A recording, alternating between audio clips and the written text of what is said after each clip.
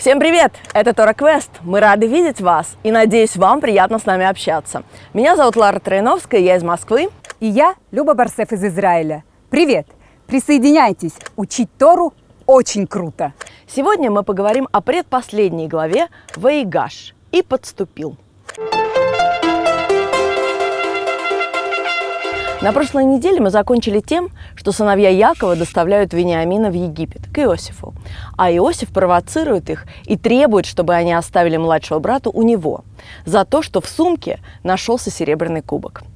Ваигаш начинается с пламенной речи Иуды, который объясняет, что оставить брата здесь нельзя, ибо это убьет их отца Якова, который и так тоскует по пропавшему ранее Иосифу.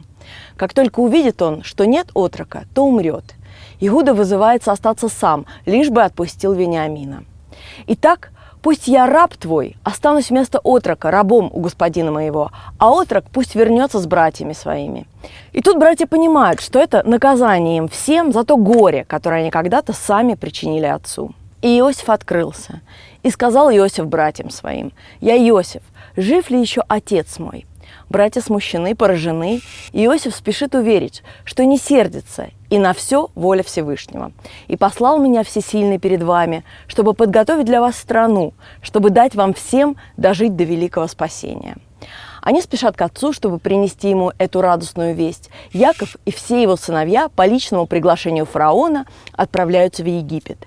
И сказал фараон Иосифу: «Скажи братьям твоим, вот что сделайте: навьючьте скот ваш и ступайте, придите в страну Кнаан. И возьмите отца вашего и семейство ваше, и придите ко мне, и я дам вам все самое лучшее, что есть в стране этой». Они надеются пережить там голодные годы и вернуться. Но вернуться потомкам Якова пришлось не так скоро. В этой главе есть несколько горячих тем.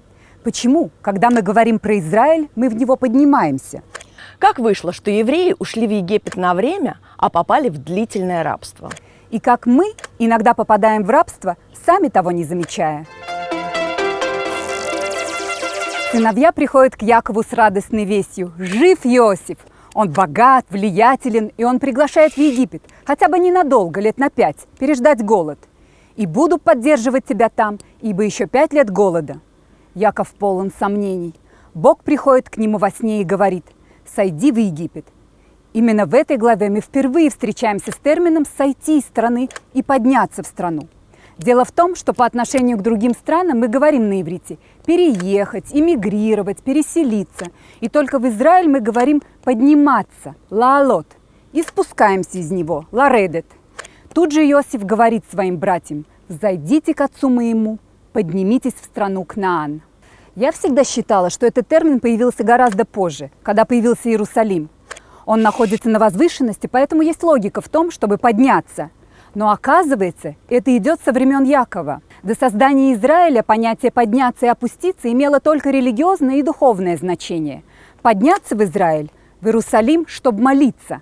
А когда появилось государство, этот термин приобрел и политическое значение – приехать жить в страну. Волна эмиграции называется алия – восхождение. С 2016 года в Израиле появился новый праздник – День Алии. То есть день иммиграции, день тех, кто поднялся жить в страну. Итак, семья Якова, будущий народ, спускается в Египет.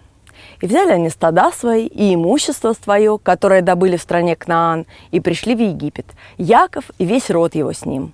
Спускается только семья. Всех душ Якова, пришедших в Египет, 70.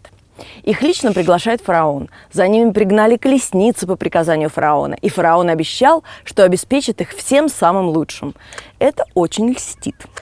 И сказали фараону: «Пожить в стране этой пришли мы, ибо нет пастбищ овцам, что у рабов твоих, потому что тяжел голод в стране Кнаан». Вначале было «пожить», как что-то очень временное, переждать в Египте голод и вернуться. Они гордятся своей идентичностью, даже когда осторожный Иосиф советует им не говорить, что они пастухи, ибо отвращение для египтян всякий пастух овец. При встрече с фараоном первое, что они ему говорят: «Пастухи овец, рабы твои». Как часто, живя не в своей стране, приходится подстраиваться, ибо отвращение, и Иосиф, проживший не на родине большую часть своей жизни, как никто знает. Но семья пока свободна духом и не понимает, пока не понимает.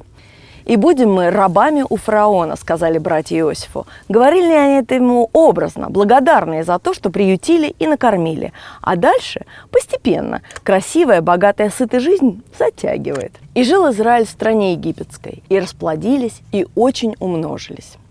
Стоит сказать, что многие мудрецы используют такое сравнение. Египет выносил народ Израиля, как младенца в утробе. Туда спустилась семья 70 человек, а вышли из рабства 600 тысяч, целый народ. Но пока никто не помышляет о возвращении назад. Нас и тут неплохо кормят. Пока жив Яков, пребывание в Египте еще рассматривается как временное. Но совсем скоро клетка захлопнется. Так и попадают в рабство. Очень постепенно, шаг за шагом. А рабство не обязательно египетское. Это может быть рабство на работе. И платят хорошо, и престижно. И куда уж менять-то после 10 лет? А ноги не идут. Это могут быть отношения, когда сил нет так жить, и сил нет уйти. Словом, это может быть все, что угодно. Механизм понятен. Эту главу не случайно читают в праздник Ханука. Греко-сирийские войска, напавшие на Иудею, хотели немногого. Только того, чтобы Иудея ассимилировалась в эллинистскую культуру. То же и с Иосифом. Он остается независим духовно от египетской культуры. В обоих случаях никто не хотел физически уничтожать евреев. Просто раствориться, просто принять чужую культуру. Поэтому Иосиф стал примером для нас.